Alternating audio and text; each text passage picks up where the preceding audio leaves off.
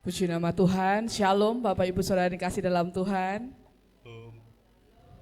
Pada pagi hari ini kita mau siapkan hati kita, hati yang paling baik untuk menyembah, memuliakan nama Tuhan. Kita mau datang ke dalam hadirat Tuhan karena Dia yang layak untuk dipuji dan disembah. Terima kasih Tuhan pada pagi hari ini Tuhan, biarlah Tuhan menyatakan hadirat Tuhan di tempat ini. Biarlah Tuhan setiap jemaat Tuhan dilawat pada pagi hari ini. Bisa berjumpa dengan Kristus, bisa berjumpa Tuhan dengan Engkau. Terima kasih Bapak, terima kasih. Kami bersyukur, kami berterima kasih untuk setiap pagi yang sudah Tuhan berikan.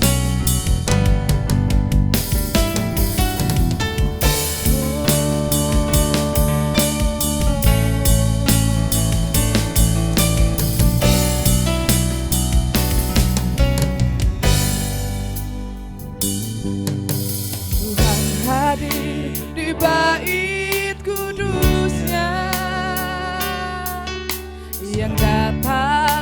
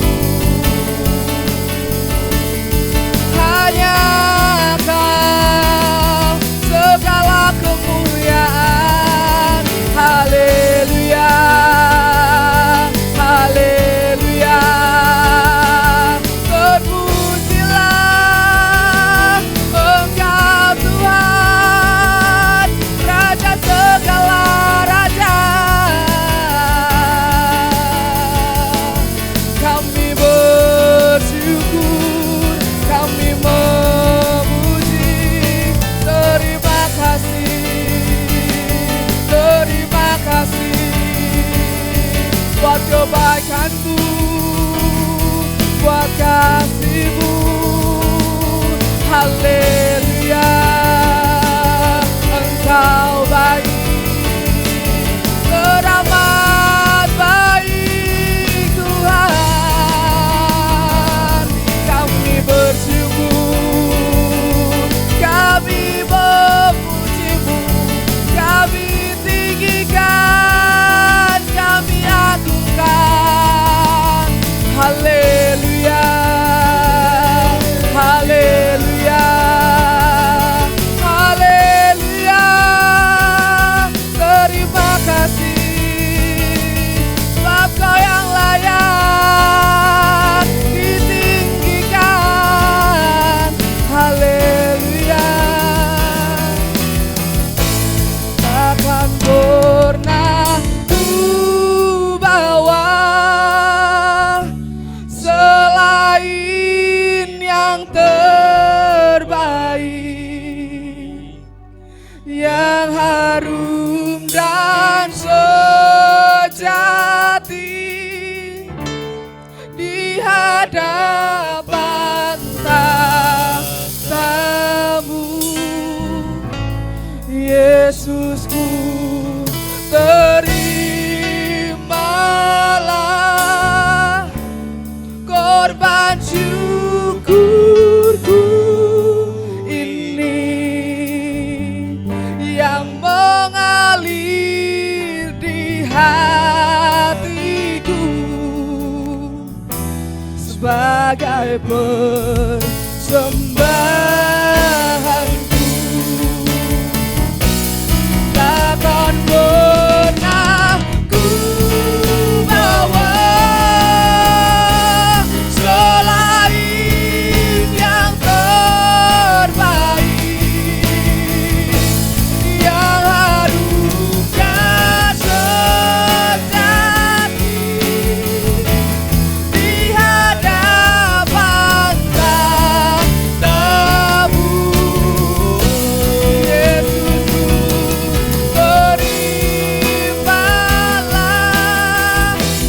korban syukurku ini yang mengalir di hatiku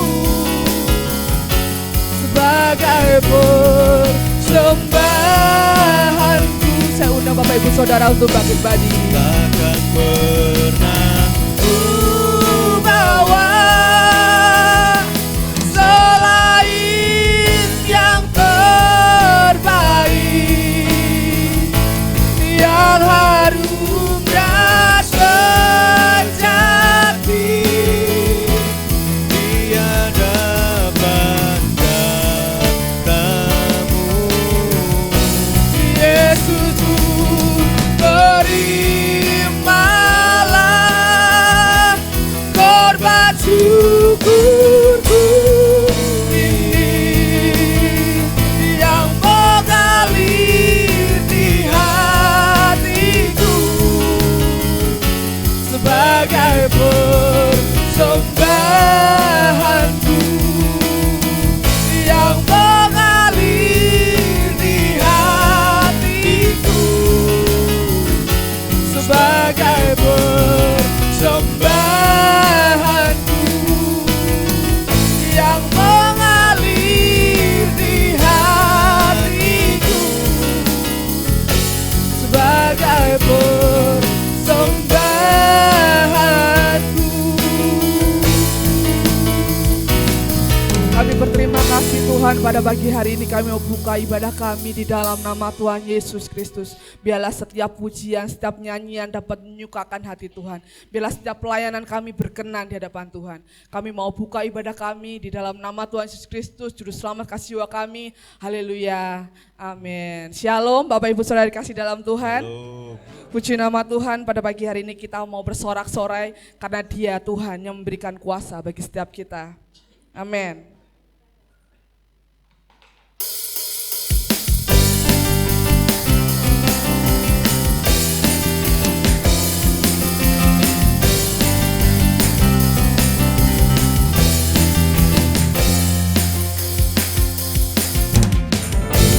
diberi kuasa dari Raja mulia, menaklukkan musuh di bawah kakiku.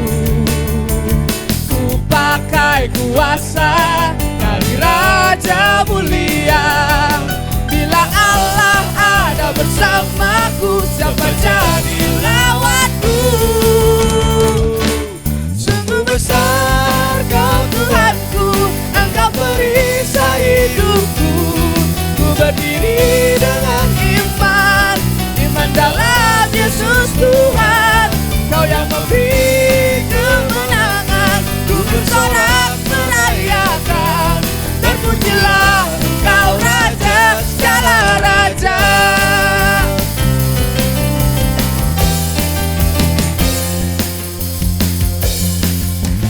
Ku diberi kuasa dari Raja mulia, menaklukkan musuh di bawah kakiku.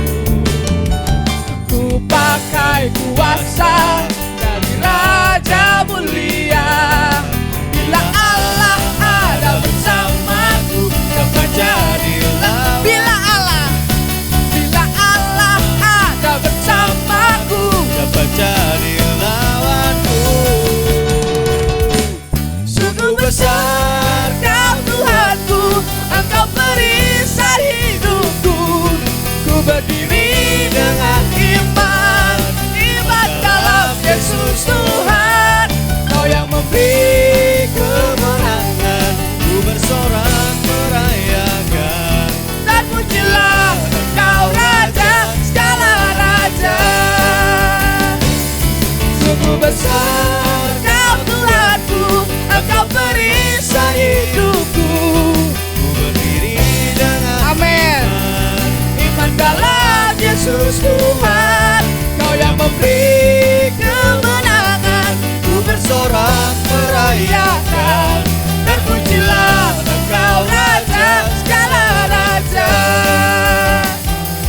Terpujilah Engkau Raja segala raja. Terpujilah Engkau Raja, hey, segala raja.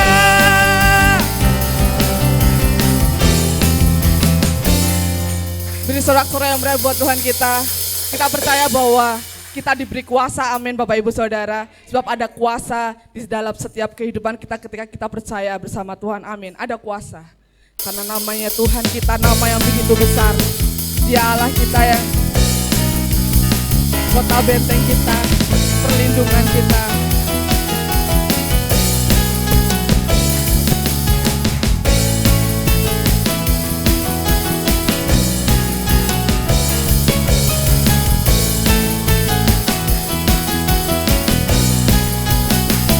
Namanya Tuhanku, menara yang teguh, kota benteng perlindunganku. Allah yang perkasa, ya Bapa yang kekal, gunung batu keselamatanku. Engkau yang termulia di bumi, di surga, bermasmur berasa selamanya. Engkau yang termuda di dalam segala hal, ada kuasa dalam nama Yesusku.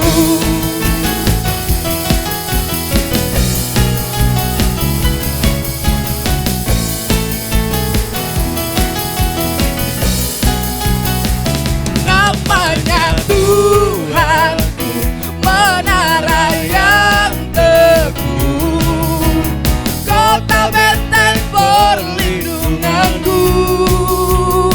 Allah yang perkasa, ya Bapa yang kekal, gunung batu keselamatanku. Engkau yang termulia di bumi, di surga, termasuk perkasa selalu.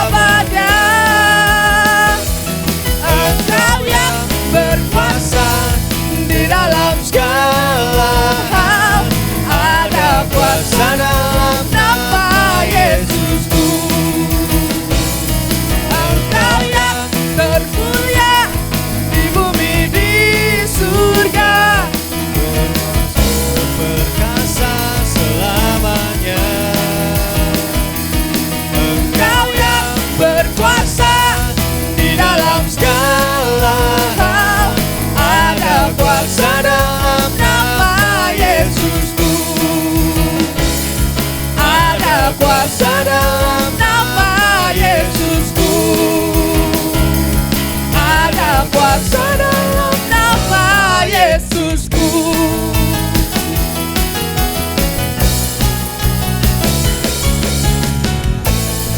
Beri sorak-sorai yang murah buat Tuhan kita, amin.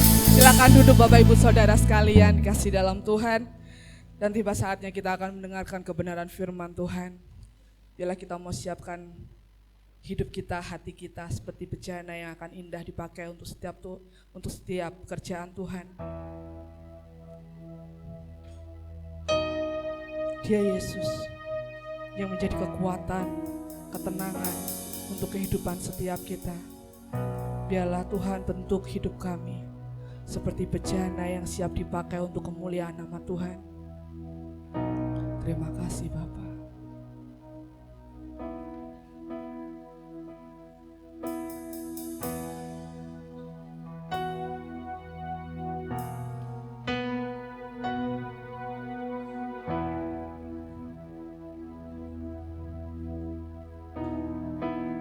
Ketenangan di jiwaku,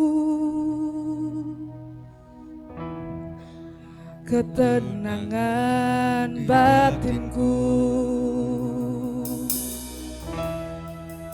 ada dalam hadirat-Mu, ku menyembah-Mu.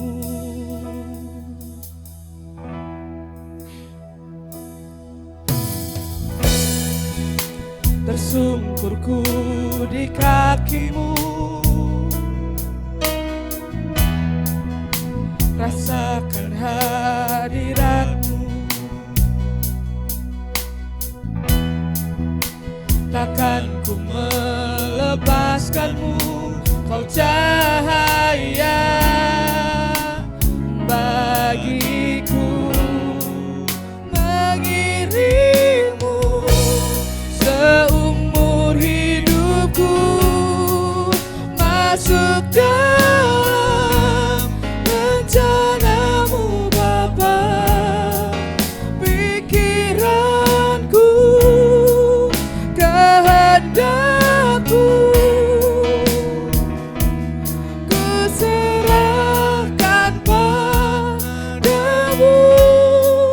Harapanku hanya di dalam-Mu, ku kan teguh bersama-Mu Tuhan. Jadikanku bejana-Mu untuk memuliakan-Mu.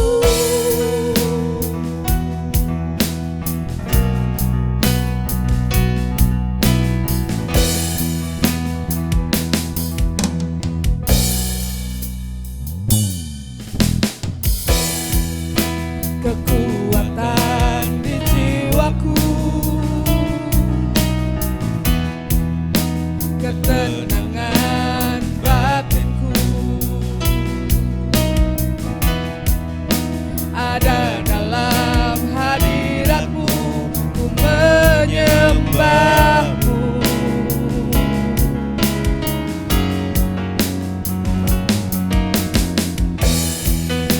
Tersungkurku di kaki-Mu, rasakan hadirat-Mu. Takkan ku melepaskan-Mu, Kau cahaya bagiku.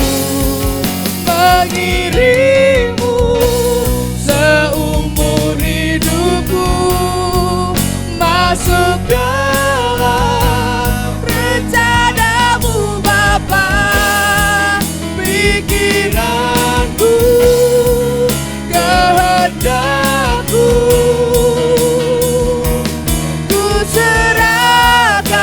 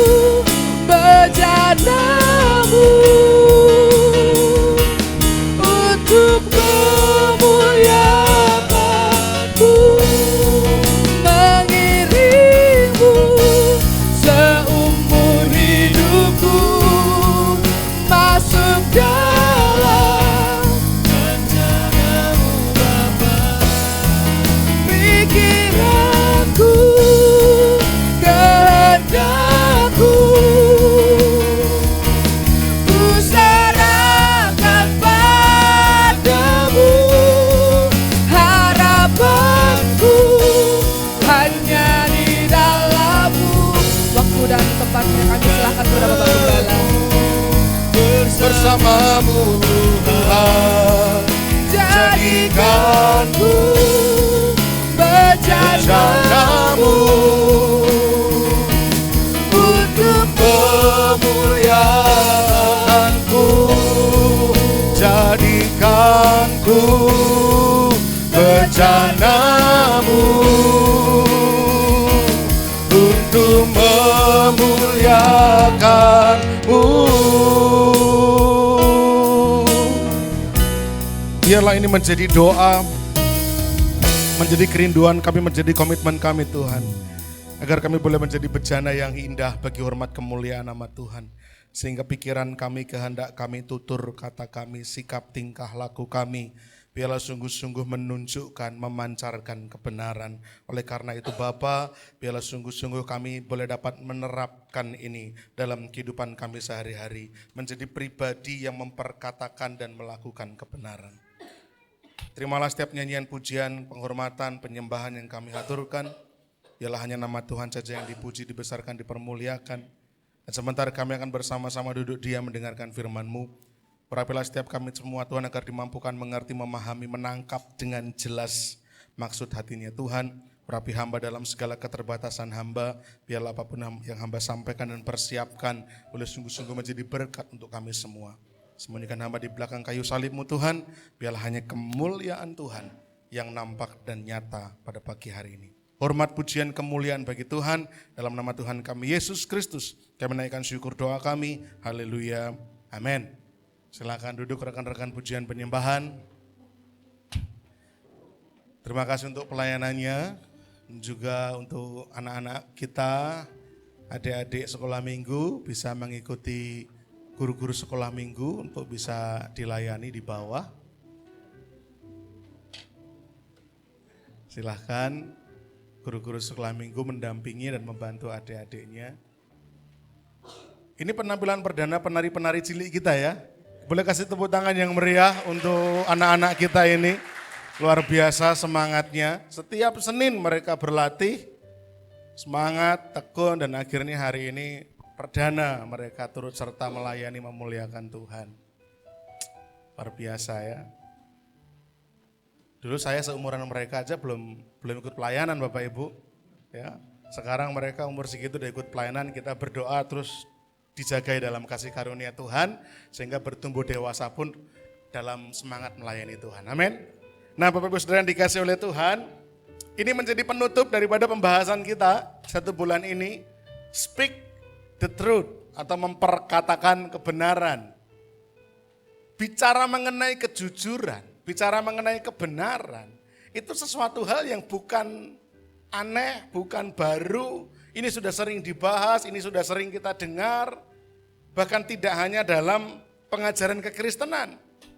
Tetapi ternyata setelah 1 bulan kita belajar, ternyata tersingkap banyak hal ya mengenai dusta, mengenai kejujuran, mengenai kebenaran. Kita belajar banyak. Bahwa ternyata dusta itu lahir dari si jahat. Bahkan dusta itu adalah karakternya si jahat. Karakternya iblis. Karena dia adalah pendusta, bahkan bapa segala dusta. Kita mulai dengar banyak sekali.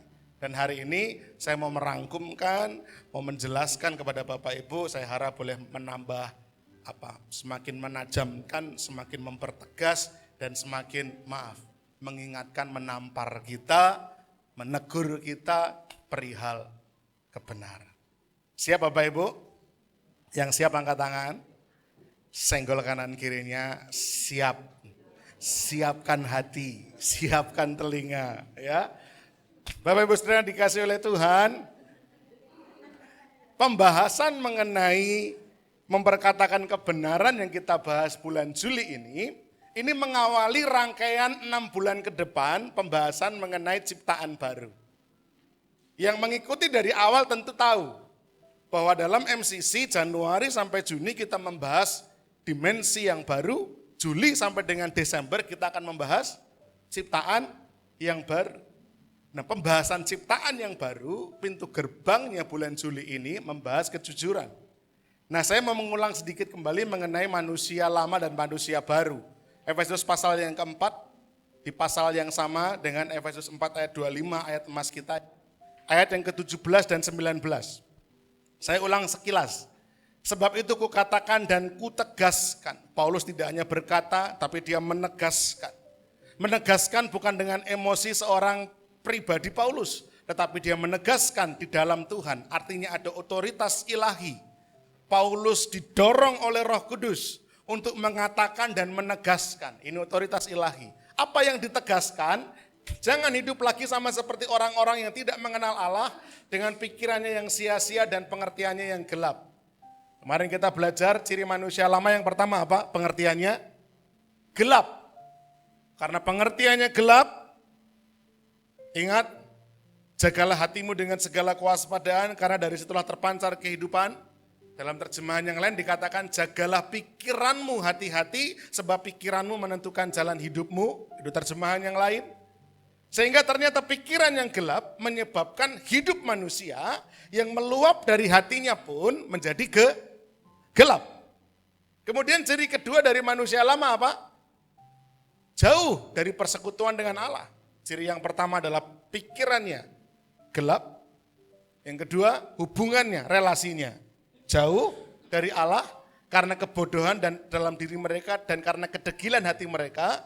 Kemudian perasaan mereka telah tumpul sehingga mereka menyerahkan diri kepada hawa nafsu, menyerahkan diri untuk dipimpin, didominasi oleh hawa nafsu dan mengerjakan dengan serakah segala macam kecemaran. Mengerjakan kecemaran atau dosa saja sudah salah, apalagi mengerjakannya dengan serakah. Mencuri saja itu sudah salah, apalagi mencuri dengan serakah. Berzinah saja sudah salah, apalagi berzinah dengan serakah. Tapi manusia lama mengerjakan segala bentuk kecemaran dengan serakah.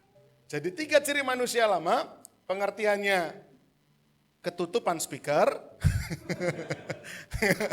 Pengertiannya apa? Gelap. Nah, kan pas toh, gelap toh. Nah, ini profetik loh Pak Andreas ini. Pengertiannya gelap, kemudian yang kedua cirinya relasinya jauh, bukan relasi dengan pasangan, tetapi relasi dengan Tuhan. Mas Wahyu di depan sudah cie-cie gitu kan. Nggak usah ngomong pasangan dulu, calonnya aja belum ada gitu kan, calon pasangan doang. Relasi dengan Tuhan jauh, kemudian perasaan tumpul. Ini bukan ngomongin perasaan lalu orangnya sensitif tapi dia nggak sensitif, bukan. Ini berbicara kepekaan terhadap dosa. Ketika seseorang manusia lama berdosa, dia tidak merasa bersalah karena perasaannya tumpul. Kemarin saya terangkan seperti kulit yang mati rasa, nggak ada lagi rasanya. Bapak Ibu Saudara melakukan dosa, sudah hilang rasa bersalahnya. Itu manusia lama. Ini ciri manusia lama, pengertiannya gelap, relasinya jauh, perasaannya tumpul. Tapi manusia baru, pengertiannya terang, kesensor lagi di sini ya. Pengertiannya terang, relasinya dengan Tuhan dekat, dan akhirnya perasaannya peka. Sekali lagi ini perasaan berbicara mengenai bagaimana hati kita ketika kita melakukan dosa. Maka sikap hati kita begitu peka langsung mengirim sinyal ora pantes. Jangan, ayo minta ampun, ayo mohon maaf sama Tuhan. Perasaannya peka. Ini ciri manusia baru. Katakan, pengertiannya terang.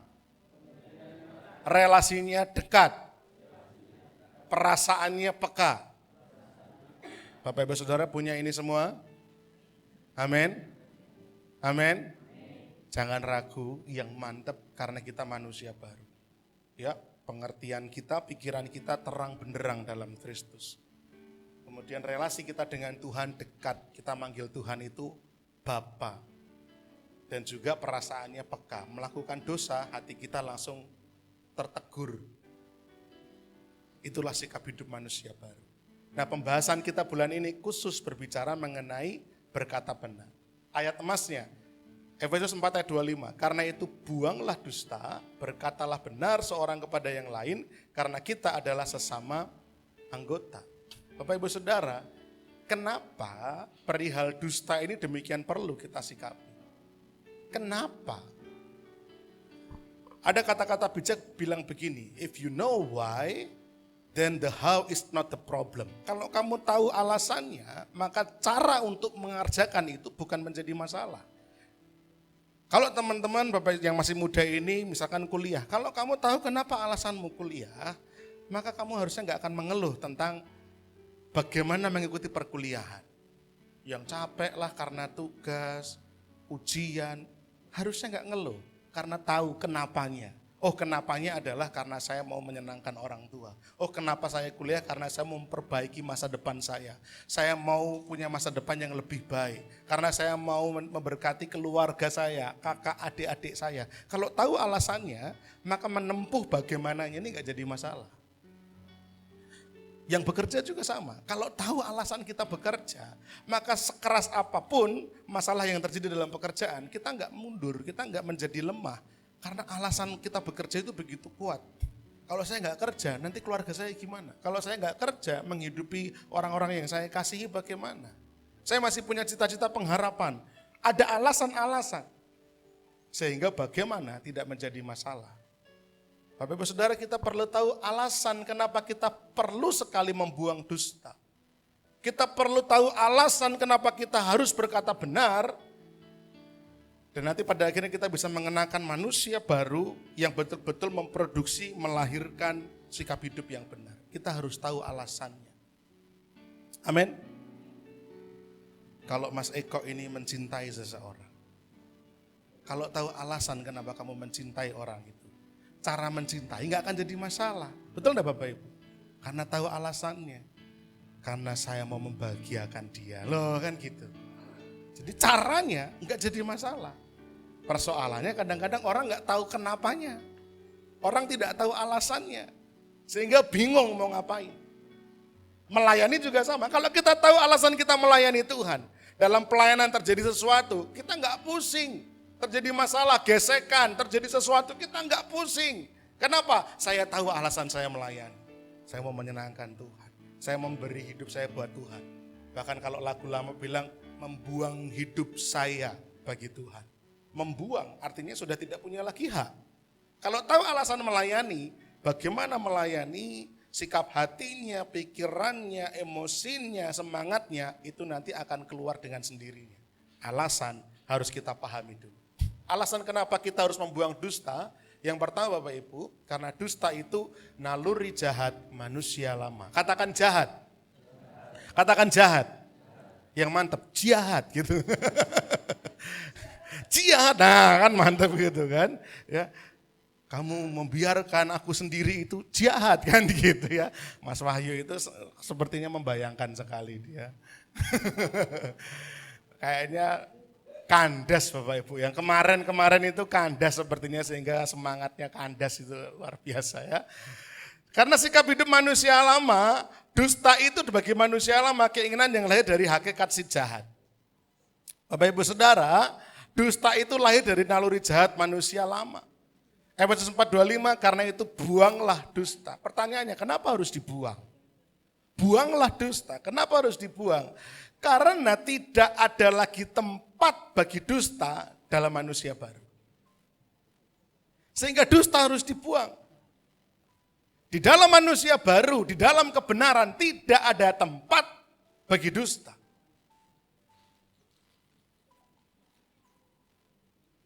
Di dalam kehidupan manusia baru, sekali lagi saya katakan, tidak ada tempat yang pantas dihinggapi oleh dusta. Tidak ada. Tidak ada tempat untuk bisa ditinggali dusta dalam hidup manusia baru. Karena dusta adalah ciri dan naluri manusia lama yang hidup dipimpin, atau bahkan kalau saya boleh pakai kata, dilahirkan oleh si jahat. Manusia lama itu dilahirkan oleh si jahat. Manusia lama itu punya bapak namanya iblis. Masa bapak iblis? Masa bapakku iblis? Kan kita nggak mau terima. Tetapi faktanya demikian. Bahwa sikap hati yang mendustai, sikap hati yang berbohong, yang tidak benar, itu tidak lahir dari kebenaran. Sebab tidak ada kegelapan yang lahir dari kebenaran. Jadi dusta itu tidak punya tempat dalam hidup manusia baru. dusta itu adalah ciri bahkan naluri manusia lama yang hidupnya dipimpin atau bahkan dilahirkan oleh si jahat. Ayatnya di mana? Dalam Yohanes 8 ayat 44 dikatakan demikian. Perhatikan Bapak Ibu. Ya, semoga Bapak Ibu Saudara tidak tersakiti dengan ayat ini. Iblislah yang menjadi bapamu. Dan kamu ingin melakukan keinginan-keinginan bapamu. Ia adalah pembunuh manusia sejak semula dan tidak hidup dalam kebenaran. Sebab di dalam dia tidak ada kebenaran. Apabila iblis berkata dusta, ia berkata atas kehendaknya sendiri. Sebab iblis adalah pendusta dan bapa segala dusta.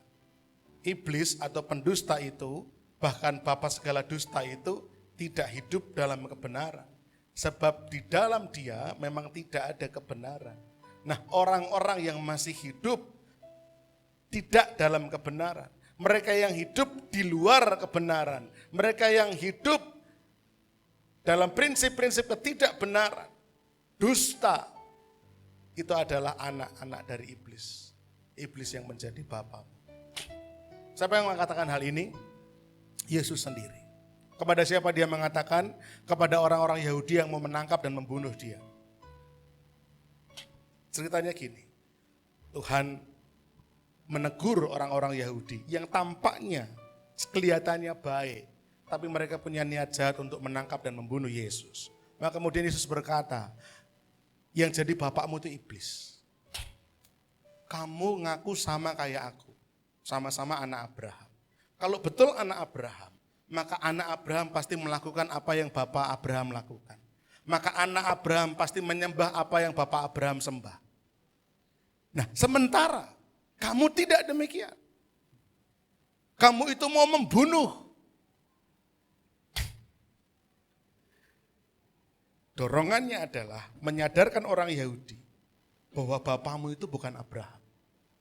Bapamu itu bukan Allah yang disembah oleh Abraham. Bapamu ialah iblis. Karena kamu melakukan keinginannya iblis. Yaitu membunuh. Iblis memang keinginannya membunuh dari semula. Dari awal dia ingin membunuh manusia. Kemudian dengan cara apa? Berdusta. Ketidakbenaran itu adalah hakikat daripada iblis. Dusta itu adalah naluri hakikat terdalam dari iblis. Makanya dikatakan iblis itu pendusta, bapa segala dusta. Jadi sekali lagi Bapak Ibu, dusta itu naluri jahat manusia lama. Manusia lama itu dilahirkan daripada sikap hati si iblis. Oh, berarti dulu aku misalkan ngapusi itu, aku anak iblis. Oh iya, kita semua. Kenapa demikian? Perhatikan perubahan ini. Perhatikan transisi ini Bapak Ibu Saudara. Sebelum manusia jatuh dalam dosa, Pak Andreas boleh bantu untuk Kejadian 3, 1-3 akan menjelaskan, saya akan tunjukkan. Sebelum manusia jatuh dalam dosa, manusia itu memperkatakan kebenaran. Saya akan buka dalam Kejadian pasal yang pertama, Kejadian pasal yang ketiga, ayat yang pertama sampai dengan ayat yang ketiga. Sebelum manusia jatuh dalam dosa, manusia memperkatakan kebenaran. Kejadian 3, 1-3, adapun ular ialah yang paling cerdik dari segala binatang di darat yang dijadikan oleh Tuhan Allah. Ular itu berkata kepada perempuan itu, tentulah Allah berfirman, semua pohon dalam taman ini jangan kamu makan buahnya, bukan? Lalu sahut perempuan itu kepada ular itu, buah pohon-pohonan dalam taman ini boleh kami makan. Tetapi tentang buah pohon yang ada di tengah-tengah taman, Allah berfirman, jangan kamu makan atau raba buah itu, nanti kamu mati. Yang dikatakan oleh Hawa itu kebenaran. Ketika ular itu bertanya dengan siasat dustanya, sekali lagi ular itu bertanya dengan siasat dustanya, bukankah Allah melarang kamu untuk tidak memakan semua buah dari semua pohon di sini? Itu siasatnya iblis bertanya kepada Hawa, tapi Hawa tidak terpancing. Hawa belum jatuh dalam dosa, Hawa tidak terpancing, dia menjawab dengan kata-kata kebenaran. Oh tidak, Allah berfirman bahwa semua pohon dalam taman ini buahnya boleh saya makan. Kecuali satu, buah dari pohon pengetahuan baik dan jahat. Jadi sebelum manusia jatuh dalam dosa, yang diperkatakan manusia apa? kebenaran. Kemudian momen manusia jatuh dalam dosa, manusia mempercayai dusta si jahat dan mulai melihat dusta sebagai kebenaran. Saya ulang lagi. Sebelum menyentuh dosa, manusia itu speak the truth. Dia memperkatakan kebenaran. Tapi momen di mana manusia mulai gagal menangkal dustanya iblis. Di saat di mana manusia membuka celah dan kemudian tidak bisa melawan dusta iblis, maka manusia, Hawa dan Adam mulai melihat dustanya iblis sebagai kebenaran. Ayat 4-6. Saya bacakan. Tetapi ular itu berkata kepada perempuan itu, sekali-kali kamu tidak akan mati, tetapi Allah mengetahui bahwa pada waktu kamu memakannya, matamu akan terbuka. Dan kamu akan menjadi seperti Allah, tahu tentang yang baik dan yang jahat. Perempuan itu melihat bahwa buah itu baik untuk dimakan. Mulai masuk jebakan. Sedap kelihatannya, makin terperosok dalam jebakan. Lagi pula pohon itu menarik hati karena memberi pengertian. Dusta iblis mulai terlihat sebagai kebenaran. Dusta si jahat mulai nampak menarik, menjadi seperti kebenaran. Oke-oke saja kok aku makan buah ini, karena memberiku pengertian. Padahal faktanya buah ini memberinya kematian. Lalu ia mengambil dari buahnya dan dimakannya dan diberikan juga kepada suaminya yang bersama-sama dengan dia, dan suaminya pun memakannya. Ayat yang ke-6 sampai di situ. Momen manusia jatuh dalam dosa, maka dia mulai melihat dusta sebagai kebenaran. Setelah manusia jatuh dalam dosa, Bapak Ibu perhatikan perubahan ini ya, transisinya ya. Sebelum jatuh dalam dosa, manusia itu speak the truth, memperkatakan kebenaran. Kemudian dia jatuh dalam dosa. Setelah jatuh dalam dosa, apa yang dia perkatakan? Ayat 7-10. Perhatikan ayat 7-10. Maka terbukalah mata mereka dan mereka tahu bahwa mereka telanjang. Lalu mereka menyemat daun pohon ara dan membuat cawat. Ketika mereka mendengar bunyi langkah Tuhan Allah yang berjalan-jalan dalam taman itu pada waktu hari sejuk, bersembunyilah manusia dan istrinya itu terhadap Tuhan Allah di antara pohon-pohonan dalam taman. Bapak Ibu Saudara, Pak Diki, kenapa Adam dan Hawa bersembunyi? Takut sama Allah karena melakukan kesalahan. Manusia Adam dan Hawa bersembunyi karena takut kepada Allah, karena sudah melawan perintahnya Allah dengan melakukan dosa. Dosanya apa? Makan buah. Yakin Pak alasannya itu? Bu Yeni sepakat? Apa alasan manusia sembunyi dari Allah? Membuat dosa. Itu kebenarannya. Manusia takut kepada Allah ketika mendengar langkah Tuhan Allah masuk ke Taman Eden, karena manusia sudah berbuat dosa. Tapi apa kata manusia ketika ditanya sama Tuhan, kenapa kamu sembunyi? Apakah manusia bilang, karena aku sudah melakukan dosa Tuhan, aku sembunyi? Apa yang dikatakan? Yang dikatakan manusia adalah, di manakah engkau, kata Allah? Maka ayat 10, manusia menjawab, ketika aku mendengar bahwa engkau ada dalam taman ini, aku menjadi takut karena aku telanjang.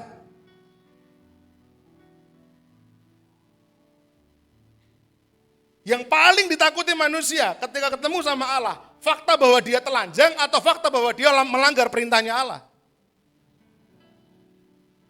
Fakta bahwa dia melanggar perintah Allah. Tapi kenapa dia bilang telanjang? Dusta masuk dalam hatinya.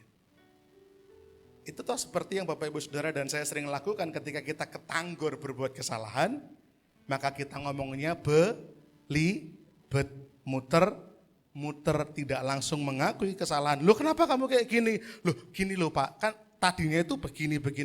Alah mutar-muter, ngeles. Fakta kebenarannya adalah karena kamu melawan perintahku untuk memakan buah itu. Ngikuti bujukannya iblis. Harusnya itu toh Pak Diki, alasan utamanya. Tapi manusia berkata, karena aku telanjang. Apakah betul-betul itu? Pak Andreas boleh tampilkan ayat yang ke-11, Pak? Kejadian 3 ayat yang ke-11. Tuhan itu sangat paham. Ayat yang ke-11 Bapak Saudara perhatikan. Kejadian 3 ayat yang ke-11, jawaban Tuhan, firman Tuhan, firman-Nya. Siapakah yang memberitahukan kepadamu bahwa engkau telanjang? Telanjang itu bukan masalah utama bagi Allah. Tapi permasalahannya, apakah engkau makan dari buah pohon yang kularang engkau makan itu? Siapa yang ngomong kamu telanjang? Singkirkan dulu ini. Tuhan Allah menunjukkan kebenarannya. Kamu makan toh buah dari pohon yang kularang itu. Ini masalah utamanya. Tapi manusia mulai bisa berucap dusta. Kenapa? Karena terjadi transisi. Dari anak Allah diciptakan serupa dengan Allah. Hakikatnya kebenaran ketika masuk dalam perangkat dosa, hakikatnya berubah menjadi kegelapan. Dia tidak lagi speak truth. Dia enggak lagi ngomong kebenaran. Dia mulai belibet, mulai berdusta. Sehingga fix manusia lama. Saya, Bapak Ibu Saudara, sebelum kita sungguh-sungguh bertobat kepada Kristus, kita ini anak-anak si jahat. Kita ini hamba-hamba kejahatan. Kita ini dalam dakwaan si jahat, dalam penjara si jahat. Baru kemudian Kristus membebaskan kita dan menjadikan kita anak. Next, Pak Andreas, terima kasih sudah ditampilkan. Sehingga fix dusta itu adalah naluri jahat daripada manusia lama. Harus kita buang. Katakan kanan kiri Bapak Saudara, yuk dibuang yuk. Kalau kurang marah Bapak Ibu, kayak gini. Manusia baru bukan? Nah gitu. Coba ngomong, manusia baru bukan? Nah, kok ngabusi? Kan gak enak. Manusia baru bukan? Kalau manusia baru, harusnya naluri jahat itu dibuang. Karena tidak ada lagi tempat bagi dusta dalam hidup manusia baru. Karena dusta adalah miliknya pendusta, milik bapa segala dusta. Kalau kita tidak mau dibilang anak iblis, ya jangan lakukan apa yang jadi hakikatnya iblis. Kalau kita adalah manusia Allah, kita manusia baru, ya lakukan yang menjadi hakikat Allah, kebenaran. Yang kedua, kenapa dusta harus dibuang? Karena dusta itu pengkhianatan kepada Kristus. Lukisan ini tidak akan mewakili secara penuh poin ini, cuman ketika saya nulis dusta pengkhianatan kepada Kristus, kok saya langsung teringat peristiwa ini. Judas kiss, ciuman Yudas. Ciuman itu bentuk apa toh? Perhatian, kasih, betul? Cinta, sayang. Tapi dalam kejadian ciuman Yudas, apa yang terjadi? Pengkhianatan. Dia datang kepada orang-orang Yahudi. Piye yo? Kowe main nangkep guruku toh? Oke. Berapa yang bisa kamu kasih ke aku? Nanti kita atur strategi. Kemudian ditawarkan cuman 30 keping perak. Lalu Yudas bilang, oke, nanti ke taman, kalau di sana orang yang tak kiss itu, yang tak cium itu, tangkap orang itu. Ciuman pada hari itu mengantarkan Kristus pada kematian. Walaupun toh pada akhirnya dia menyesal. Betul? Penyesalan bukti bahwa sebenarnya dia tahu dia melakukan kejahatan. Nah, dusta pun Bapak Ibu Saudara, itu bentuk pengkhianatan kepada Kristus. Kalau Bapak Ibu Saudara masih berdusta dalam manusia baru, kita nggak jauh-jauh beda sama Yudas. Ada di sini yang mau disebut sebagai si Yudas? Nggak mau lah. Mengkhianati Tuhan. Tapi orang yang masih berdusta dalam kehidupan manusia barunya, ada roh Yudas. Karena dia mengkhianati Kristus. Kok bisa begini? Saya terangkan. Buanglah dusta, berkatalah benar. Pernah enggak Bapak Ibu Saudara berpikir bahwa berkata benar, hal berkata benar, perihal berkata jujur adalah sebuah kebenaran universal. Ketika membahas materi ini, tema ini dalam 1 bulan, pernah enggak terbersit? Bukankah kejujuran itu suatu nilai yang diakui semua ajaran agama? Betul? Bukankah kejujuran adalah suatu nilai yang diakui semua norma budaya? Betul? Tapi kenapa kejujuran ditekankan oleh Paulus sebagai bentuk sifat karakter manusia baru? Bukankah semua norma budaya juga meyakini kejujuran? Saya tanya Bapak Ibu Saudara yang suku Jawa, angkat tangan.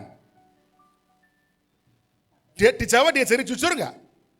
Ada kata-kata berkata gini, sopo jujur bakal kok ajur, itu lah plesetane Pak. Filosofinya jangan dipleset ya. Jujur bakal ajur itu malah meden-medeni. Filosofi Jawanya sopo jujur bakal mujur. Betul gak Pak? Itu kita ditanamkan dari kecil. Karena apa? Karena becik ketitik. Becik ketitik oleh ketara karena kejahatan, keburukan sekecil apapun akan ketahuan. Makanya ngomong jujur, wong jujur bakal mujur. Suku Jawa mengajarkan hal yang sama. Ada di sini yang sukunya di luar Jawa. Ada? Suku Tionghoa. Ada pasti. Saya Swiss Bapak Ibu. Swiss ora jamu. Alah opong. Ini enggak ada lagi yang suku lain. Sumatera. Kalimantan, Sulawesi. Bali mana? Bunyoman. Di Bali diajarkan enggak? Oh, ngapusi. Enggak kan? Di Bali juga diajarkan ada kata-kata khas orang Bali yang mengajarkan kejujuran. Apa, Bu? Alah, suracur. Orang Bali menekankan pentingnya kejujuran. Saya pikir sama. Norma budaya dimanapun mengajarkan kejujuran. Ini orang Jawa tapi Banyumasan, kepriwe. Rika pada baik? Jujur? Bakal ajur? Enggak, kejujuran mendatangkan kemujuran. Di mana-mana norma budaya, ajaran agama pasti menekankan mengenai kejujuran. Pernah enggak terbersit selama sebulan ini? Iya ya, kan kejujuran. Ini bukan hal yang berat mestinya, karena bukankah kita dari kecil diajarkan kejujuran? Dimanapun kita tinggal, norma budayanya yang mengajarkan kejujuran, bahkan orang-orang, saudara-saudara, mungkin teman-teman Bapak Ibu Saudara yang lain, agama-agama yang lain pun mengajarkan kejujuran. Lalu apa bedanya kejujuran seorang manusia baru dalam Kristus? Apa bedanya? Apa bedanya kejujuran dalam bentuk norma atau filsafat hidup, kemudian kejujuran bentuk ajaran agama-agama yang lain dengan kejujuran seorang manusia baru? Bedanya apa? Ini akan membawa pada sebuah pengertian, kesadaran bahwa kalau sampai nanti Bapak Ibu Saudara masih berani berdusta, kita berkhianat pada Kristus yang tinggal dalam hati kita. Sebelum sampai ke sana, kita akan telusuri ini dulu. Bahwa kejujuran itu nilai-nilai yang dipahami oleh semua orang. Sepakat? Sepakat, lanjut. Nah, Efesus 4 ayat 24, satu ayat di atas ayat 25 bilang demikian. Dan mengenakan manusia baru. Manusia baru yang telah diciptakan menurut kehendak Allah di dalam kebenaran dan kekudusan yang sesungguhnya. Artinya ada konsep kebenaran yang tidak otentik di dalam Tuhan. Ada konsep kekudusan yang tidak otentik di dalam Tuhan, yang enggak asli. Makanya Rasul Paulus bilang bahwa manusia baru itu diciptakan oleh kehendak Allah di dalam kebenaran dan kekudusan yang asli, yang sesungguhnya. Kenapa? Kita perlu memahami bahwa karakter manusia baru itu lahir dari kehendak Allah, yang dimana di dalam kehendak Allah, di dalam karakter Allah, di dalam sifat Allah, di dalam pribadi Allah, itu punya kebenaran dan kekudusan yang sebenar-benarnya, yang paling asli, yang paling murni, yang otentik, yang sejujurnya, yang sesungguhnya. Kebenaran dan kekudusan yang paling asli. Jadi nanti saya akan bawa Bapak Saudara pada sebuah cara berpikir bahwa norma budaya mengajarkan kejujuran, ajaran agama lain mengajarkan kejujuran. Tapi kalau bentuk manusia baru, kejujurannya itu kejujuran yang paling sesungguhnya di dalam Tuhan. Kenapa bisa begitu? Kita harus memahami gini, Rasul Paulus itu dia tinggal dan besar di sebuah kota namanya Tarsus. Tarsus ini pusat pengajaran Helenistik. Helenistik ini adalah filsafat orang-orang Yunani. Tapi dia juga dibesarkan oleh seorang guru yang namanya Gamaliel yang mengajarkan demikian luar biasa nilai-nilai Yudaisme. Agama Yahudi. Sehingga Rasul Paulus itu pribadi yang unik. Dia paham Helenisme, ajaran-ajaran orang Yunani, khususnya nanti saya akan terangkan namanya Stoikisme atau Stoa. Dan dia juga paham ngelotok Pak, Bu, sama yang namanya Yudaisme. Hukum Taurat, dia bilang aku hafal mati hukum Taurat. Tentang melakukan hukum Taurat, aku tidak bercacat. Itu kesaksian Paulus sendiri. Dia hafal ngelotok. Sehingga kita akan melihat kacamata kejujuran dari seorang Paulus yang besar dengan Helenisme dan besar dengan Yudaisme itu kayak apa? Bapak Ibu, di dalam Helenisme itu banyak ada filsafat. Ada filsafat Sokrates, ada filsafat Plato. Nah ada satu filsafat yang juga cukup terkenal namanya Stoa. Di Alkitab juga disebutkan ada satu kali kata Stoa. Ketika terjadi keributan di Athena. Nanti cari di Kisah Para Rasul, itu dicatat. Terjadi keributan di Athena karena pengikut Stoa merasa, orang-orang pengajar Stoa merasa Paulus dan teman-temannya ini mulai mengajarkan Injil Kristus dan membawa para pengikut-pengikut Stoa pindah ke sana. Menjadi pengikut Yesus. Nah, Stoa ini lahir dari seorang yang namanya Zeno, dari Citium. Lahir kira-kira hidup 332 sampai 262 sebelum Masehi. Nah, kota kelahirannya Paulus atau kampung halamannya Rasul Paulus yang namanya Tarsus, itu pusat pengajaran filsafat Stoa di Asia Kecil. Sehingga Paulus itu dibesarkan dengan pemikiran Helenisme khususnya Stoa yang terlalu kuat. Kuat sekali pikiran filsafat Stoa dalam pribadi Paulus. Uniknya salah satu ajaran Stoa itu bilang begini, Pak boleh di zoom bagian ini Pak. Salah satu ajaran Stoa yang terkenal itu ini. Jika tidak benar jangan katakan, jika tidak benar jangan lakukan. Saya mau tanya, ini jujur enggak? Jujur tidak? Bagus enggak Pak filsafatnya? Oh bagus, bagus enggak itu? Jika tidak benar jangan katakan, jika tidak benar jangan lakukan. Bagus enggak? Bagus. Kalau dihubungkan dengan kekristenan, dengan Alkitab, masuk enggak? Halo, masuk enggak? Masuk. Ini bentuk kejujuran. Jika tidak benar jangan katakan, jika tidak benar jangan lakukan. Filsafat Stoa pun mengajarkan hal yang sama.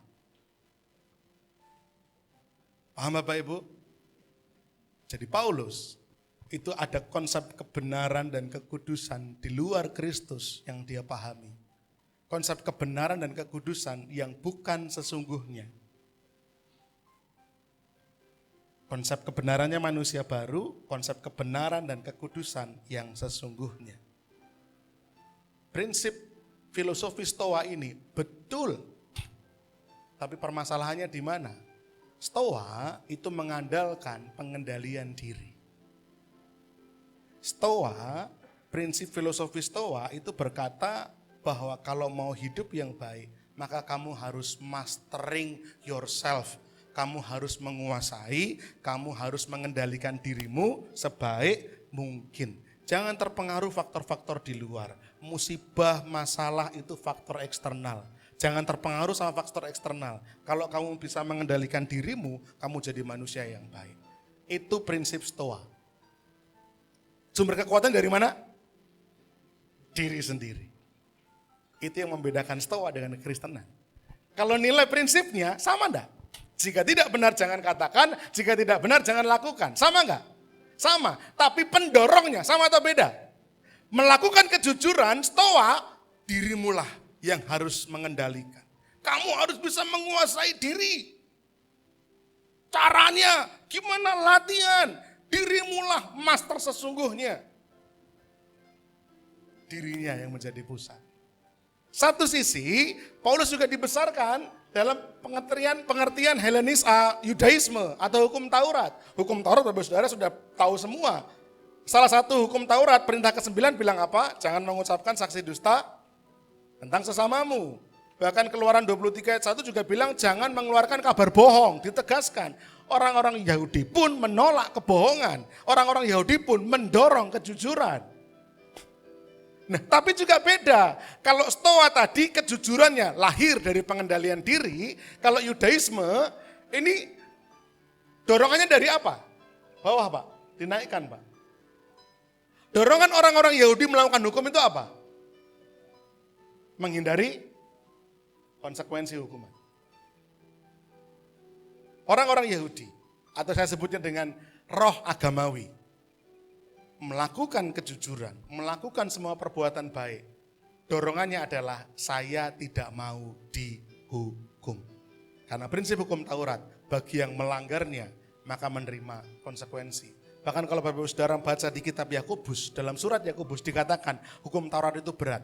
Kamu gagal melakukan satu, kamu gagal semuanya. Betul enggak, Pak? Berat enggak? Itu sikap hidup agamawi.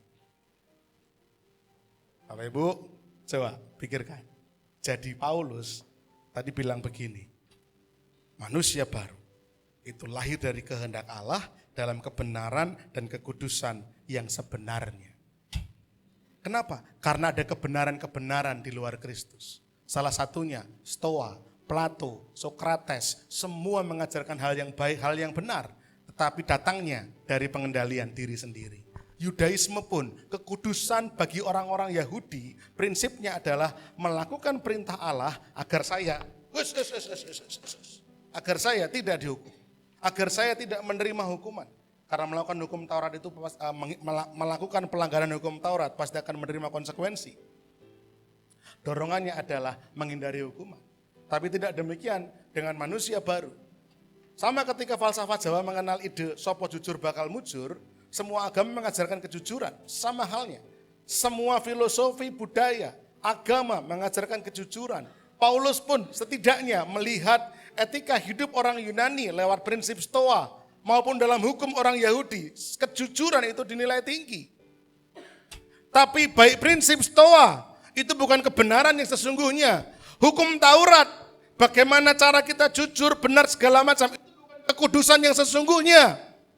Kebenaran dan kekudusan yang sesungguhnya itu lahir hanya ketika kita dimampukan oleh Allah. Dalam Stoa atau Stoik sumbernya adalah kekuatan diri sendiri dalam mengendalikan diri. Dalam Taurat sumbernya adalah ketaatan lahir yang lahir dari sikap agamawi. Sedangkan manusia baru itu dimampukan. Nangkap Bapak Ibu? Nangkap bedanya? Pak Anton mandok-mandok, kayaknya nangkep Pak Anton. Bapak Ibu mohon maaf kalau saya menerangkannya rodok detail. Pak Anton paham ya? Falsafat Jawa baik enggak Pak Anton? Baik. Tapi itu sumbernya dari diri sendiri, Pak. Roh-roh agamawi, agama-agama di luar sana, baik enggak Pak Anton? Baik. Tapi dorongannya biar saya enggak masuk neraka. Betul? Tapi kekristenan, manusia baru, kenapa toh kita harus jujur? Ada Yesus di hatiku. Pantas enggak kalau ada Kristus di hati saya, lidah ini mengucapkan dusta? Pantas? Beda dorongannya Pak. Betul Pak Diki? Sebelum mengenal Yesus, mungkin Pak Diki sudah jadi orang jujur. Tapi dorongannya mungkin karena aku wong Jawa, sopo jujur bakal mujur. Nek aku jujur mesti rezekiku akeh. Mujur. Atau mungkin Bapak Ibu Saudara, Bunyoman, sebelum mengenal Kristus, mungkin juga pribadi yang jujur, tapi dorongannya, saya nggak mau masuk neraka, saya nggak mau dihukum.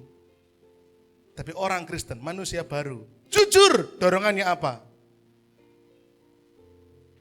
Apakah saya mau mengkhianati Yesus yang di hatiku? Bukan lagi bersumber pada dirinya, keuntungan, kebaikan yang akan saya terima sendiri.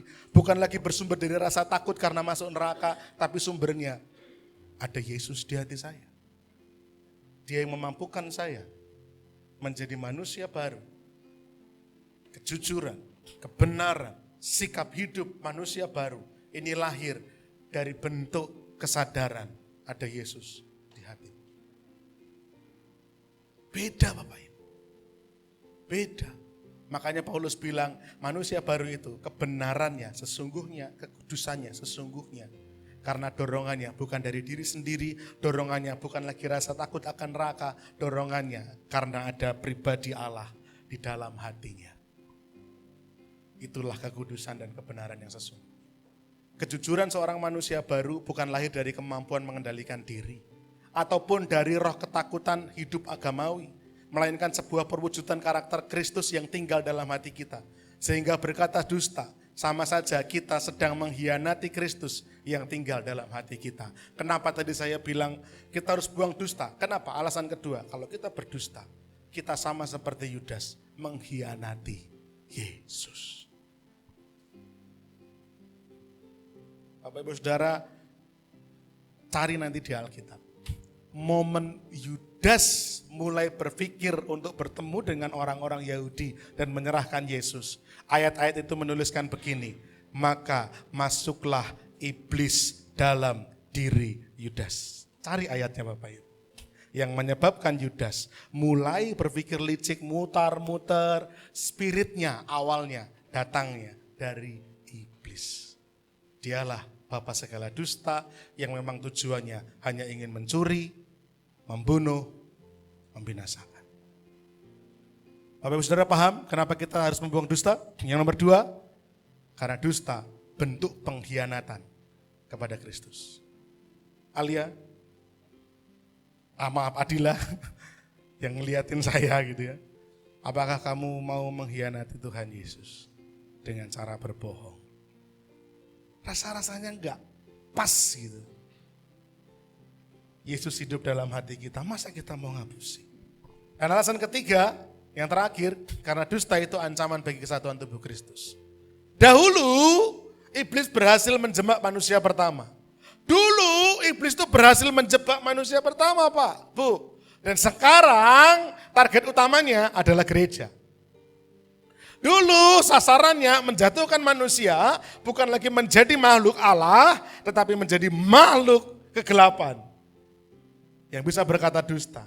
Sekarang karena gereja adalah ciptaan yang baru, dia akan menghancurkan lagi ciptaan yang baru. Nangkep konsepnya? Manusia yang pertama, ciptaan yang awal berhasil dijebak. Halo, ciptaan yang lama, ciptaan yang dahulu yaitu manusia, Adam dan Hawa berhasil dijebak.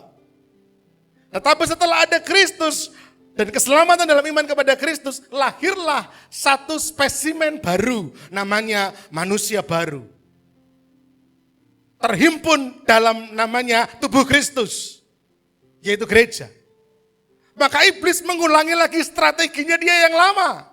Ciptaan yang lama berhasil dijebak, ciptaan yang baru ayo kita jebak. Dengan strategi yang sama. Gereja menjadi target utama iblis hari-hari ini. Kalau Bapak Ibu Saudara nggak sadar, Bapak Ibu Saudara buka celah, hancur. Gereja bukan hanya berbicara mengenai CKI/MCC, tetapi gereja berbicara adalah orang-orang Kristen di dalamnya. Tubuh Kristus secara global.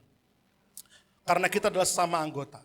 Strategi utama iblis saat ini adalah memakai dustanya untuk memecah belah tubuh Kristus. Dengan memakai dusta, loh, iblisnya nggak suka. Dengan memakai dusta, gereja secara lokal mengalami perpecahan, gereja secara global saling menghancurkan. Ini ada foto di mana gereja menjadi kosong, tidak lagi ditempati, hancur. Zaman tahun 1700, 1800, zaman jaya-jayanya 3G. Apa 3G Mas Gren? Gospel, gold and glory. Gold itu kekayaan, glory itu kejayaan.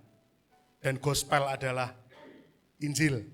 Datangnya dari mana aja itu? Kebanyakan Eropa, betul? Portugis, mana lagi? Inggris, mana lagi? Belanda, mana lagi? Spain, Spanyol, betul? Tapi hari-hari ini, benua mana yang gereja paling banyak kosong? Eropa. Sekarang negara misionaris terbesar dari mana? Korea. Padahal dulu Korea itu didatangi oleh misionaris dari Eropa.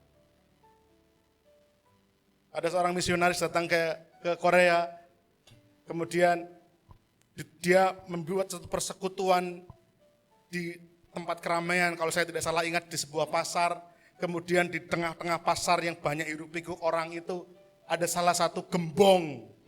Ini ceritanya preman besar, tapi ini lama sekali. Ini zaman masih kekaisaran begitu. Ketika masih zamannya misionaris Eropa itu datang ke Korea, datang ke Asia. Ada seorang preman besar begitu. Akhirnya dilayani oleh pendeta dari misionaris ini. Kemudian orang ini bertobat. Orang Korea ini kemudian beralih menjadi misionaris. Dia menginjil dalam sebuah pulau yang namanya Pulau Jeju. Pulau yang terkenal dengan drama Korea apa itu? Apa Mbak Irma? Kayaknya Mbak Irma deh. Apa ya? Ada ya kata drama Korea yang pakai setting Pulau Jeju gitu ya. Apa Mei? Enggak tahu ya. Nah orang Korea yang berhasil selamatkan ini Pak Bu pergi ke Pulau Jeju. Pada waktu itu di Pulau Jeju itu ada kebiasaan mempersembahkan anak gadis di sebuah goa yang dihuni oleh banyak ular berbisa. Dewa ular di situ. Nah misionaris ini dimintain tolong sama keluarga daripada gadis cilik ini untuk menyelamatkan perempuan itu. Dia pikir ini kesempatan Injil diberitakan. Namanya mantan preman, ya toh, namanya mantan preman, karo ulo, pokoknya mati ya, sekali bagiku hidup adalah Kristus, mati keuntungan. Mungkin begitu pikirnya, dia masuk ke gua itu, dia ajar ular-ular itu, dia selamatkan anak gadis itu, mulai saat itu Pulau Jeju perlahan-perlahan berubah menjadi banyak orang Kristen. Awalnya misionaris dulu dari Eropa datang, baru kemudian satu negara itu besar menjadi pengikut Kristen. Sekarang justru menjadi negara yang banyak mengirim misionaris. Hari-hari ini banyak gereja di Indonesia, bahkan di Solo, yang dibangun oleh yayasan-yayasan dari Korea. Betul enggak Pak Heri? Mereka kuat sekali misinya. Bulan lalu ya Mas Gren ya, saya Mas Gren juga Mas Adris pergi sebuah gereja di daerah Kalioso. Daerah gereja terpencil melebu pelosok Bapak Ibu yang melayani orang-orang dari Korea. Annyeonghaseyo, kamsahamnida, gitu kan. Orang-orang Korea masuk ke Kalioso. Coba, orang Kalioso, orang Korea Pak, misionaris Pak. Kenapa? Karena di Eropa gereja-gereja mulai kosong. Hari-hari ini mulai terjadi di Indonesia. Gereja kosong. Ada yang yang berpikir di sini, timbang kosong buat dinggoni MCC wae. Gereja kosong Bapak Ibu. Pak Diki apa enggak sedih loh Pak? Kita satu ya masih berdoa loh. Tiap Jumat pendoa-pendoa tempat ibadah yang permanen Tuhan. Sementara gereja-gereja kosong itu mulai dijuali. Makanya saya selalu berbangga kepada Bapak Ibu Saudara. Kita ini sedang bangun gereja, betul enggak? Kita lagi bangun gereja ini karena gereja bukan gedungnya, gereja adalah orangnya.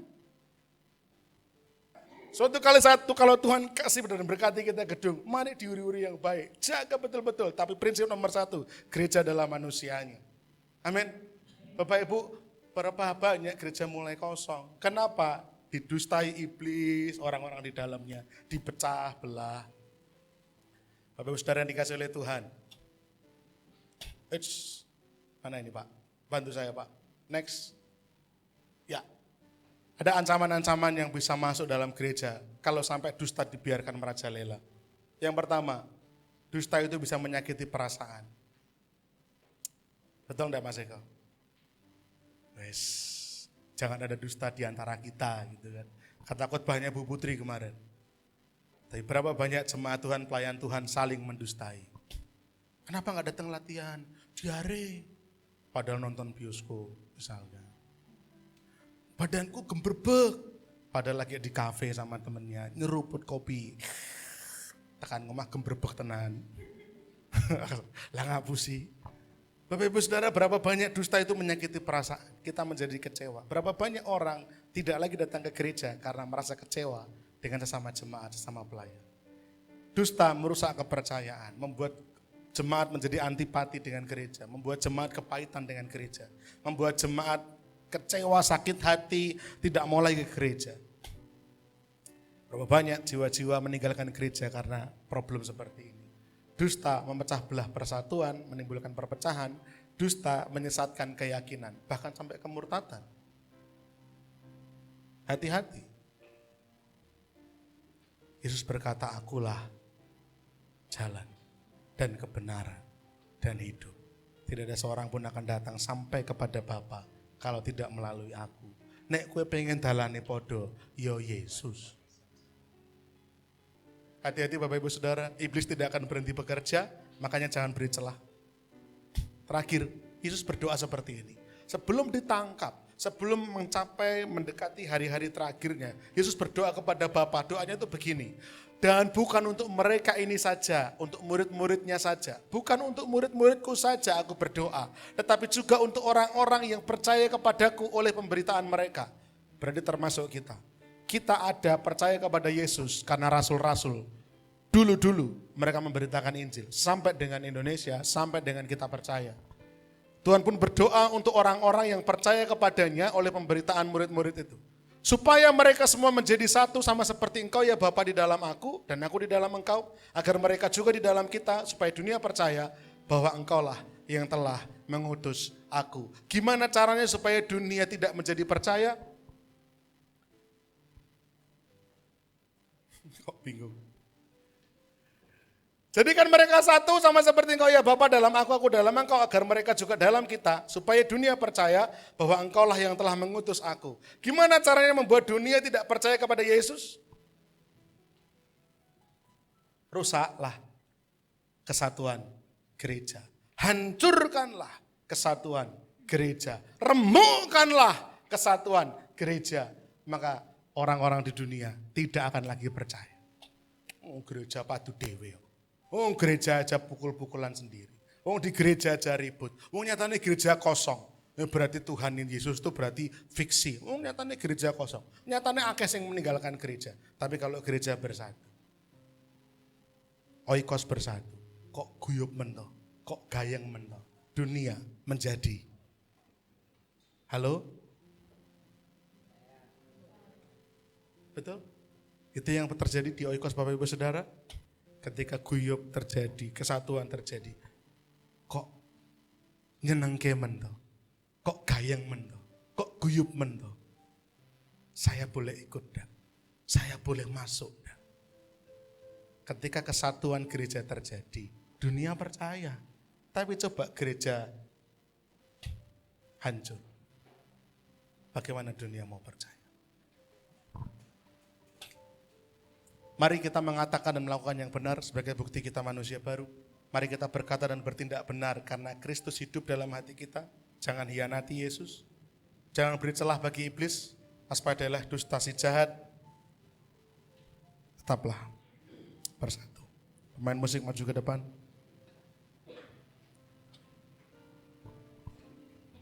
Mari kita renungkan Bapak Ibu Saudara.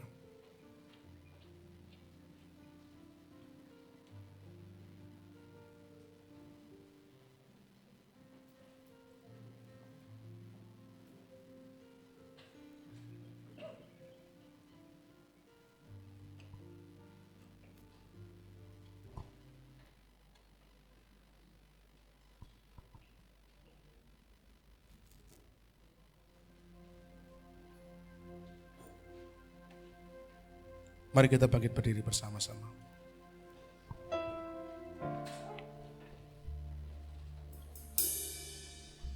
Tuhan meminta kita melakukan dan memperkatakan kebenaran.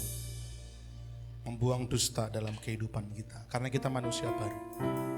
Dusta itu naluri jahat manusia lama. Dusta itu bentuk pengkhianatan kepada Kristus. Seorang manusia baru tidak sepantasnya berdusta. Dan dusta itu ancaman bagi kesatuan gereja. Jangan pandang remeh dusta. Jangan anggap enteng sikap hati yang tidak benar. Mari kita terbuka di hadapan Tuhan. Dialah kebenaran dan kekudusan kita yang sesungguhnya. Yesus kau kebenaran yang menyelamatkanku. Kau memberikanku hidup dan berharga.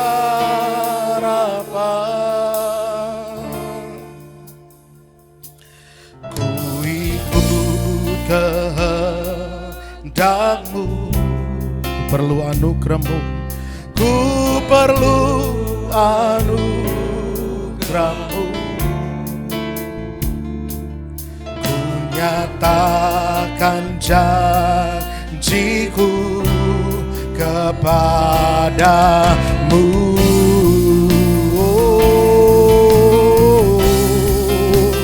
Kalau ku hidup, mari katakan pada Tuhan, hatiku tetap menyembah-Mu. Dunia tak bisa menjauhkanku dari kasih-Mu. Selama ku hidup, selama ku hidup bagi-Mu. Ya, tetap menyembah-Mu. Dunia tak bisa menjauhkanku dari kasih-Mu. Mari bersama-sama kita mau katakan, kalau ku hidup bagi-Mu Tuhan. Ku hidup bagi-Mu. Tetap menyembah-Mu. Dunia tak bisa menjauhkanku dari kasih-Mu. Selama ku hidup bagi-Mu. Mataku tetap memandang-Mu. Dunia tak bisa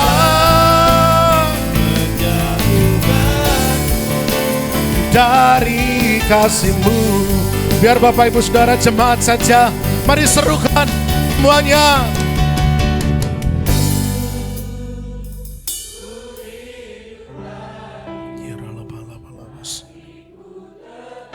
Kami mohon ampun kalau selama ini kami berdusta, kami bersikap tidak benar.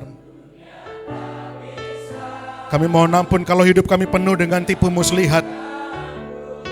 Tapi pagi ini kami mau berkomitmen, dunia tidak bisa membawa kami jauh dari-Mu Tuhan. Selama kami hidup, kami mau hidup hanya bagi-Mu saja. Yes, Lord. Terima kasih Tuhan. Oh, dunia tak bisa, oh, dari kasih-Mu. Bersama-sama mari angkat kedua tanganmu Bapak Ibu Saudara. Kalau ku hidup bagi-Mu, hatiku tetap. Oh, saya mau dengan hormat Ibu Pendeta Retno untuk berdoa meneguhkan pemberitaan firman Tuhan. Dari kasih-Mu,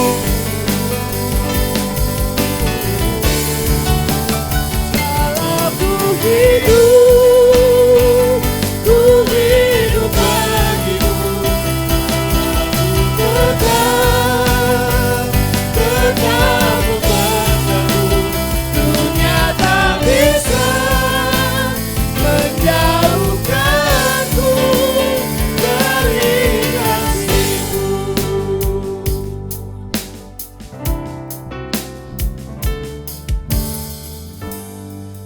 Tuhan, terima kasih untuk kebenaran firman-Mu selama 1 bulan ini Tuhan. Tuhan, Kau mengajari kami untuk berkata benar, berpikir benar, dan bertindak benar. Tuhan, kami sebagai manusia yang lemah, kami tidak mampu Tuhan. Dan pagi hari ini kami meminta Roh-Mu yang kudus menolong kami untuk kami membuang yang tidak benar, memutuskan setiap garis keturunan hal-hal yang tidak kudus di atas kepala kami. Tuhan, patahkan di dalam nama Yesus, sehingga yang muncul adalah kebenaran firman yang daripada Tuhan. Kami menjadi orang-orang yang benar di mata Tuhan, orang-orang yang benar di mata sesama kami.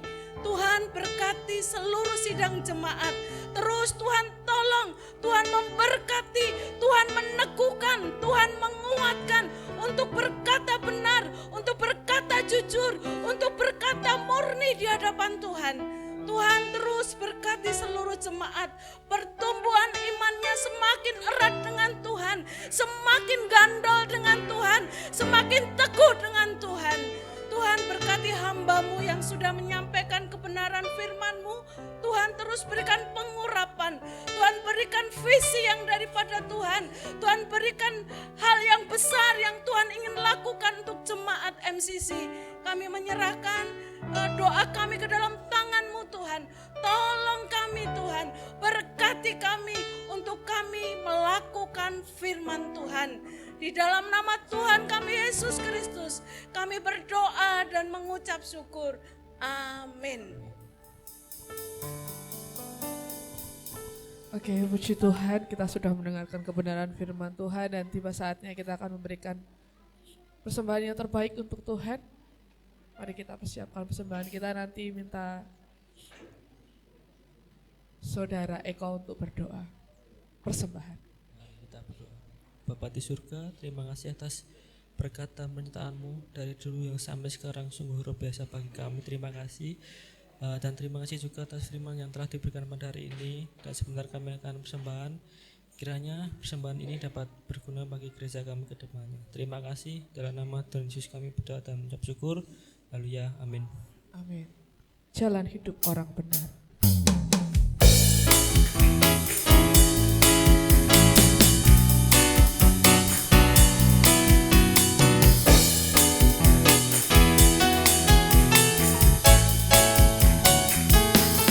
Jalan hidup orang benar diterangi oleh cahaya firman Tuhan. Jalan hidup orang benar semakin terang hingga rembang tengah hari. Apabila ia jatuh, tidaklah dibiarkan sampai tergeletak, sebab tangan Tuhan jua yang menopangnya dan membangunkan dia kembali. Jalan hidup orang benar diterangi oleh cahaya firman Tuhan. Jalan hidup orang benar semakin terang hingga rembang tengah hari. Apabila ia jatuh, tidaklah dibiarkan sampai tergeletak, sebab tangan Tuhan jua yang menopangnya dan membangunkan Dia kembali.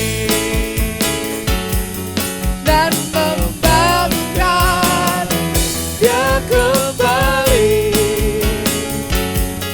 dan membangunkan Dia kembali.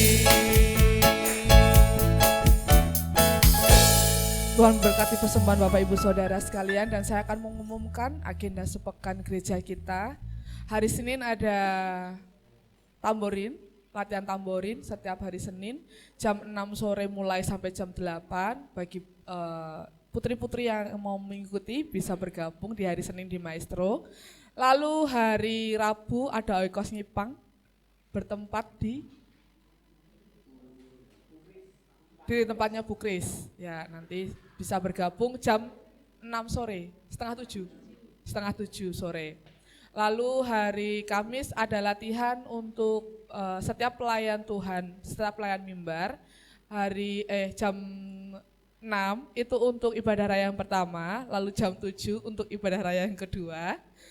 Dan hari Jumat ada menara doa di Maestro jam 6 sore. Bagi Bapak Ibu Saudara yang rindu untuk bergabung bisa datang di Maestro untuk bersama-sama berdoa untuk gereja kita. Hari Sabtu ada ibadah Metanex, Muda Remaja Metanex di Maestro jam setengah 6 sore. Bagi teman-teman muda remaja bisa bergabung bersama-sama di ibadah Metanex. Lalu Minggu kita akan bertemu kembali seperti biasa jam 8 pagi di Solotex. Lalu jam 5 ibadah raya yang kedua itu di Grand Soba. Itu saja yang bisa sampaikan ke teman Bapak. Siap.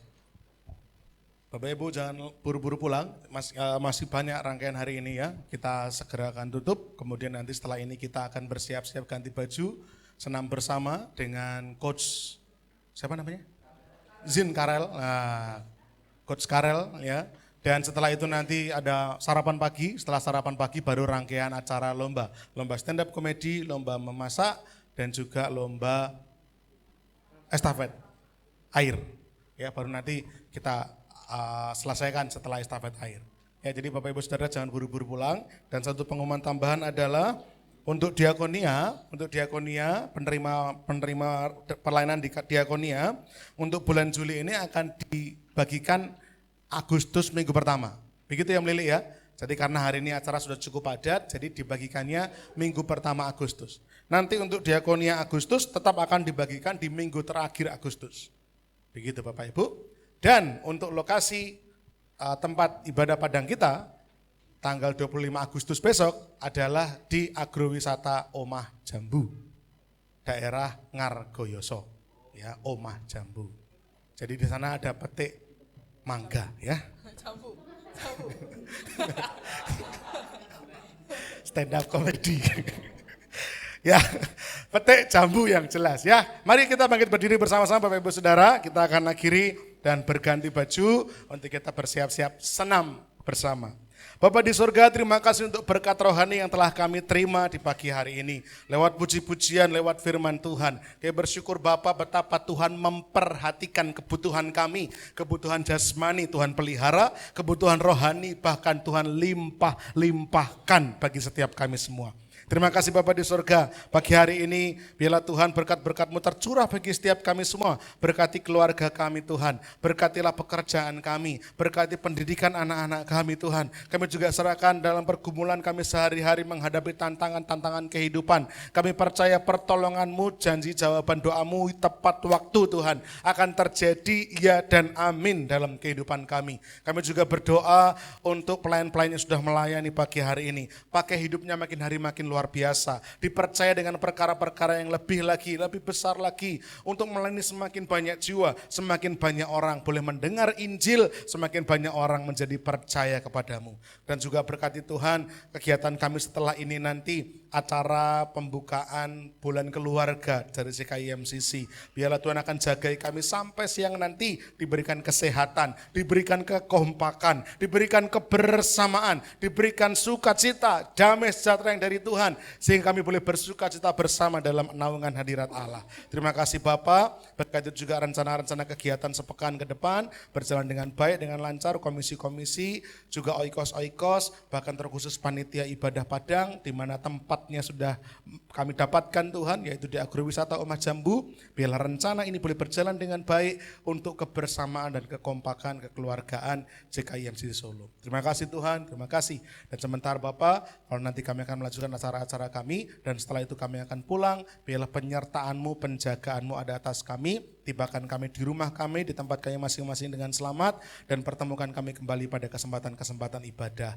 yang akan datang. Terima kasih Bapak di surga.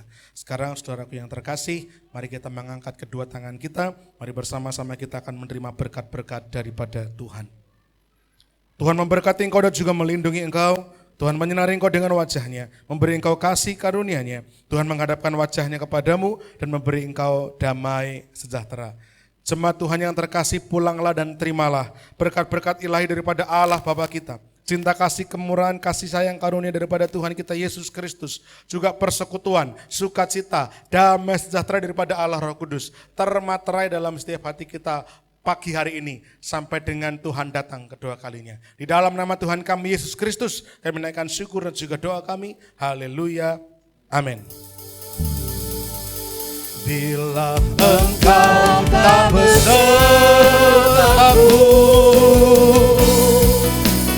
ku tak mau berjalan.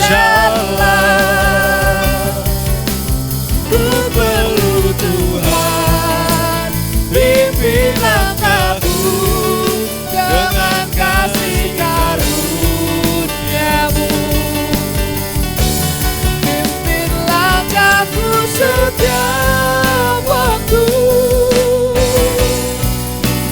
berjalan dalam Roh-Mu. Nyatakan Tuhan kemuliaan-Mu dan berjalanlah denganku. Nyatakan Tuhan kemuliaan-Mu dan berjalanlah denganku. Nyatakan Tuhan kemuliaan-Mu dan berjalanlah denganku.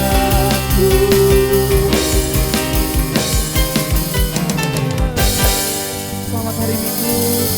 Tuhan Yesus memberkati.